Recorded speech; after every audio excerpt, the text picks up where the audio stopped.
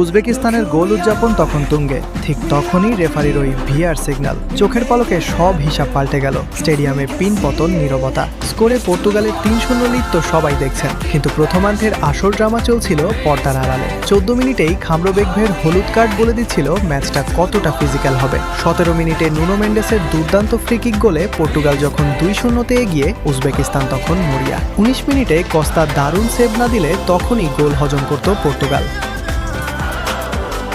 আর ২৯ মিনিটে আজিজ গ্যানিয়েভের সেই গোল, কিন্তু ভিআর রিভিউ আর গোল বাতিল। উজবেকিস্তানের মোমেন্টাম সেখানে ক্র্যাশ করল। এরপরই শুরু পর্তুগালের শো। ৩৯ মিনিট ব্রুনো ফার্নান্দেজের এক অবিশ্বাস্য থ্রু বল। ফাস্ট ব্রেক থেকে ডান পায়ের নিখুঁত শটে জালে বল জড়ালেন ক্রিস্টিয়ানো রোনালদো। ৩-০। কিন্তু অপেক্ষা করুন, প্রথমার্ধেই রোনালদোর সামনে ছিল হ্যাট্রিক তুলে নেওয়ার সুবর্ণ সুযোগ। পর্তুগিজদের হাই প্রেসিং, ফেলিক্স আর ক্যান্সেলোর একের পর এক অ্যাটাক উজবেক ডিফেন্সকে রীতিমতো দিশেহারা করে দিচ্ছিল। কয়েকটা ক্লোজ মুভ একটুর জন্য মিস না হলে প্রথম ৪৫ মিনিটেই CR7-এর হ্যাট্রিকটা কনফার্ম ছিল।